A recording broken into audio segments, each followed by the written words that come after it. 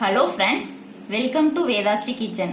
இன்னைக்கு நம்ம பார்க்க போற ஸ்பெஷல் ரெசிபி வீடே மணக்கிற மாதிரி ரொம்ப சூப்பரான ஒரு ஹெல்தியான மிளகு ரசம் தான் செய்ய போறோம். வாங்க எப்படி செய்யலாம்னு பார்க்கலாம்.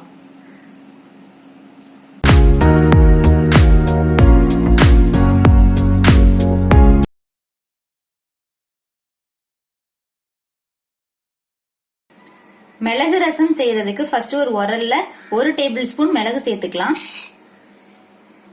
அடுத்தது 1 டேபிள் ஸ்பூன் சீரகம். இது ரெண்டுத்தையும் நல்லா இடிச்சுக்கலாம்.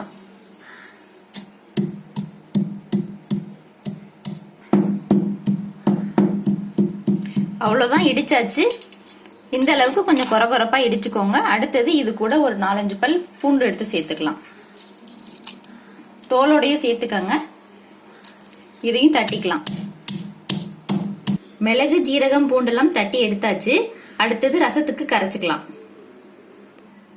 ஒரு பெரிய நெல்லிக்காய் சைஸ் புளி எடுத்து ஊற வச்சிருக்கேன். இதை இப்ப கரைச்சுக்கலாம். புளி கரைச்சாச்சு. அடுத்ததா இது கூட ஒரு தக்காளி எடுத்து அதையும் நல்லா கரைச்சுக்கலாம்.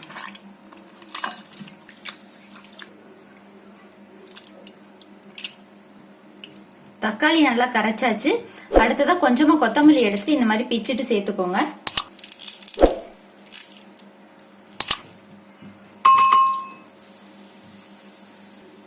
இப்போ இது கூட இந்த ரசத்துக்கு தேவையான அளவு கொஞ்சம் மஞ்சத்தூள் சேர்த்துக்கலாம். அடுத்தது உப்பு. இப்போ இந்த ரசத்துக்கு தேவையான அளவு தண்ணி சேர்த்துக்கலாம். நல்லா கரைச்சிட்டு இதை அப்படியே வச்சிருங்க.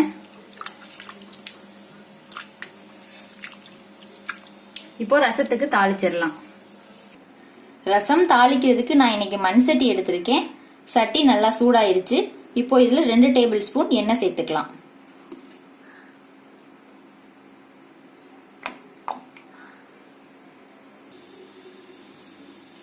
எண்ணெய் காஞ்சிடுச்சு. இப்போ இதுல 1/4 டீஸ்பூன் கடுகு சேர்த்துக்கலாம்.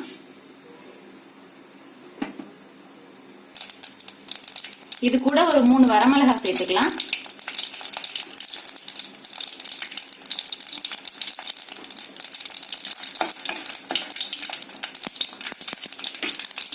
இது கூடவே ஒரு கொத்து கருவேப்பிலையும் சேர்த்துக்கலாம்.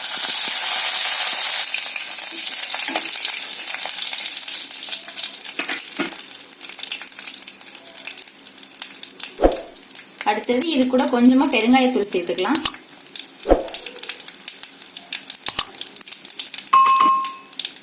இப்போ நம்ம இடிச்சு வச்சிருக்க மிளகு, ஜீரகம், பூண்டெல்லாம் சேர்த்துக்கலாம்.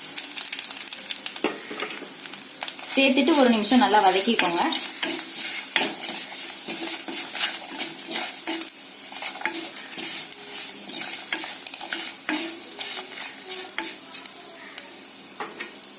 இப்போ நம்ம கரைச்சு வச்சிருக்க புளி, தக்காளி கரைசல் இதுல சேர்த்துக்கலாம்.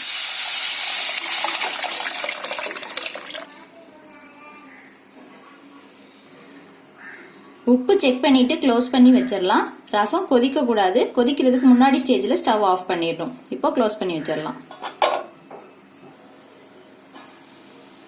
இது பாருங்க, இந்த மாதிரி பொங்கி வந்திருக்கு. இந்த டைம்ல ஸ்டவ் ஆஃப் பண்ணிடலாம்.